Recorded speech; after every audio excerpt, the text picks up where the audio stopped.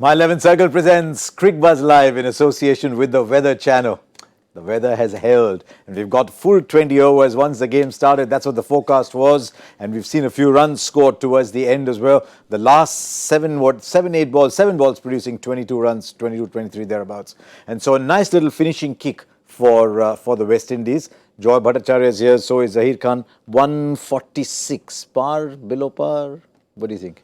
I think it's above par. It looked like that. The history of the ground also suggests that. The track, it's not easy to just keep accumulating runs like that. So I think the power of Pollard has made the difference, and we'll have to wait and see now from Indian team which power hitter gets in, because I think it's kind of a track where you will need some power hitting for sure, because there will be a lot of dot balls in between. The wicket has looked a little sluggish. The slower one has come into play, and West Indies, having seen what kind of track it is, will have those kind of plans in place, particularly when they go into the Indian batting lineup. You mentioned Kieron Pollard. He hit 6 sixes. Not one shot was slogged. So the boundary is 70 meters. It seemed like it might, where he was playing, it seemed like it wasn't 70. It seemed like it was 50. See, but just absolutely. He was batting beautifully. Yeah. I think he was batting for you. He needed to make sure, when he went in this 14 for 3, that situation out there, and he said that Harsha has to sit on the couch today. He had to sit on the couch today, and he just went for it after that. This is the My 11th Circle expert couch. Would you think you're changing its name? Because I have found the perfect recipe of sitting on this chair, which is ask the two gentlemen on my left what they think, go in between and win. I've got 2 and 2, by the way. 2 and 2. Just ask them what to do, and I went midway through. Interestingly, 10 overs of spin produced 85, and 10 overs of pace produced a little less, 23, 57. So you look at those bowling figures, some strange numbers there. Bhuvaneshwar Kumar didn't bowl out. Yeah. Deepak Chahar, 3 overs, 3 for 4. Maybe they think, is there a feeling that he's only a load up front kind of bowler, that he can't bowl back at the death? Not really. I think maybe if you have to be overly critical today, you can see when Pollard was changing that momentum for West Indies team and putting that pressure on the spinners. Maybe at that stage, a 1 over of Deepak Chahar could have been squeezed in, even if he's not a back end kind of a bowler.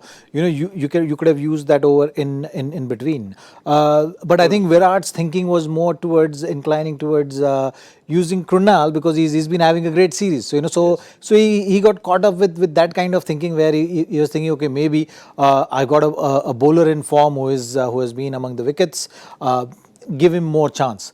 But on today, going proactively, possibly in today's match, you could have just be happy and content with 3 overs of Krunal and possibly squeezed in 1 over of seam bowler there. Sometimes when you've only got 5 bowlers in your side, you can hold people back. Now you've got 6 bowlers. You've got 2 frontline seamers.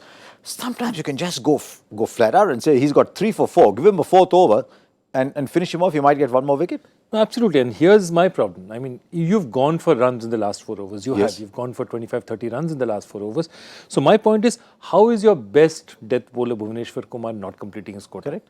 I mean, Deepak Chahar, again, I said they missed a trick, but Deepak Chahar should have probably been bought on in that 11th, 12th, 13th over when Pollard was coloring the bowlers. But Bhuvaneshwar Kumar not bowling, because really he's your only specialized death overs bowler at this format, this point in time. Navdeep Singh is much younger, much rawer in this format. So it's a bit of a surprise to me.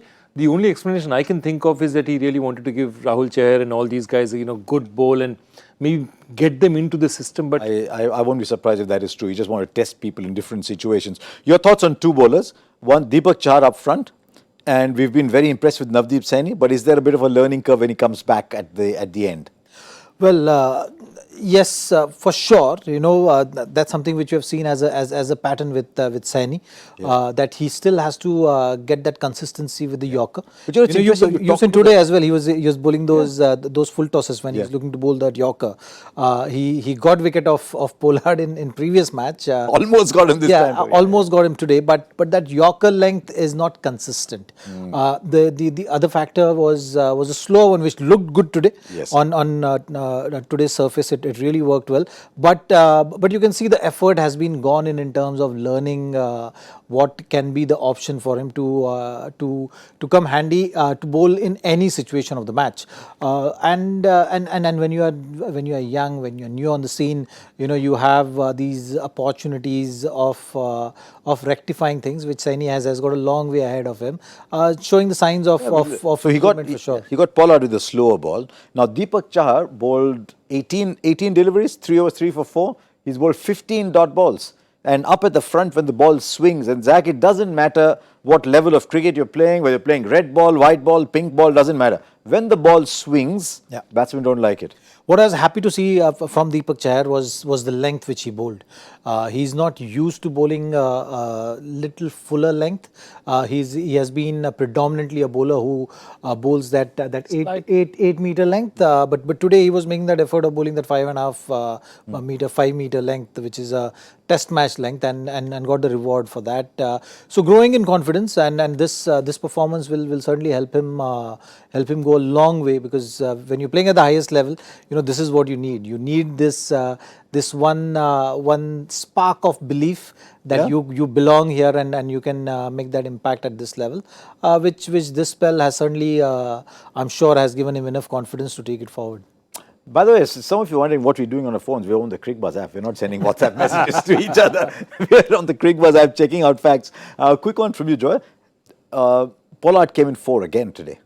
The last time he came in 4, he got 49 or 49. He's come in 4 again. Maybe his future lies in not just being someone who comes in with the last with 20, 30 balls left, but someone who builds and scores runs at the top. Absolutely, and he got a 50, I think, after what, 6 years? 7 years in England. 2012 was the last 50. See, there's one thing also interesting about this pitch, because, we've been talking about it. This pitch, the ball is not coming onto you, obviously, and the ball is keeping low. Now, what happens in a pitch like that is people like Pollard have the brute strength, even if they're not getting the perfect timing to get it out of the ground. And I think that's one thing that the Indian batsmen will also be interesting, because all these West Indian guys, whether you look at a Brathwaite, Pollard, these are big, strong guys, or even, even an Evan Lewis and all, they're very strong in that, basics. They're stronger guys, and they're muscling the ball rather than timing the ball. It'll be interesting to see whether after the first 3-4 overs, do the Indians do they get timing on the ball? Because if they don't, it'll be interesting. Yeah. Interesting, couple of days ago, Akash Chopra was here. He said a lot of the Indian batsmen like pace on the ball to be able to nudge it around. He said he was that kind of batsman himself. What do you think of 146? Chaseable?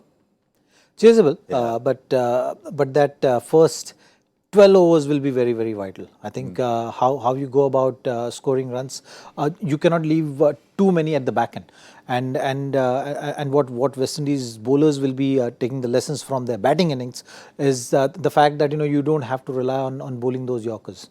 You can actually delay that process of bowling those Yorkers to possibly last 2 overs and work.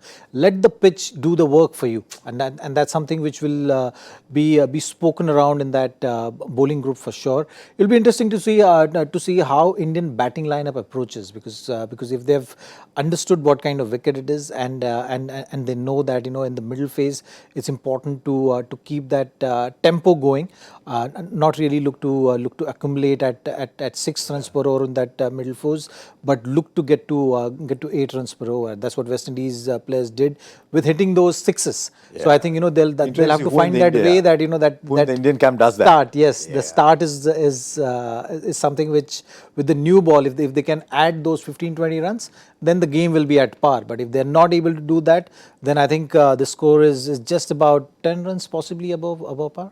Okay, now the West Indies have lots of bowling options this time, because they're playing the spinner in Fabian Allen. They've got 6 bowling options. You look down there: O'Shane Thomas, Sheldon Cottrell, Fabian Allen, Kimo Paul, Carlos Brathwaite and Sunil Narayan. That's 6 bowling options. Rovman Powell can bowl a little bit too. I'm keen to see how Virat Kohli bats. He's sort of been playing within himself in the first 2 games. He's got 29 balls in the first one, 23 balls in the second, without play, without dominating. So I'm curious to see how he approaches his innings. He's spoken about being this anchor, which is very interesting. And now you have a situation where another senior member is sitting it out. Rohit is not there. And remember, whatever we did in the last match, it was Rohit who sort of put his complexion on the team. That's interesting. The other is Sunil Narayan. Remember, even when he played Caribbean Premier League, he was first and foremost the superstar for this Guyana team.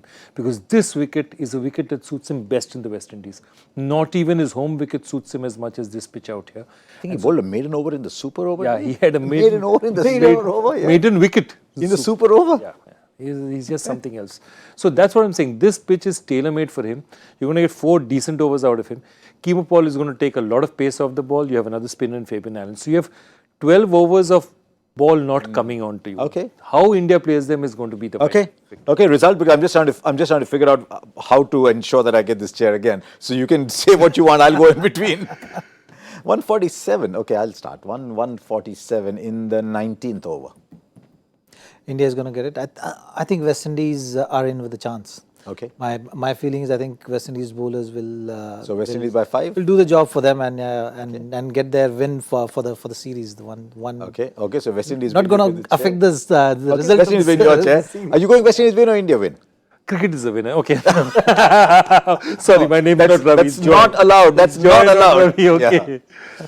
Okay. Result like a tracer bullet. No, I think India by 2 overs. Okay. Okay. We'll wait and see. We'll of course come to you after the 10th over with Cricbuzz Combox. Let's see. It should be a good run chase.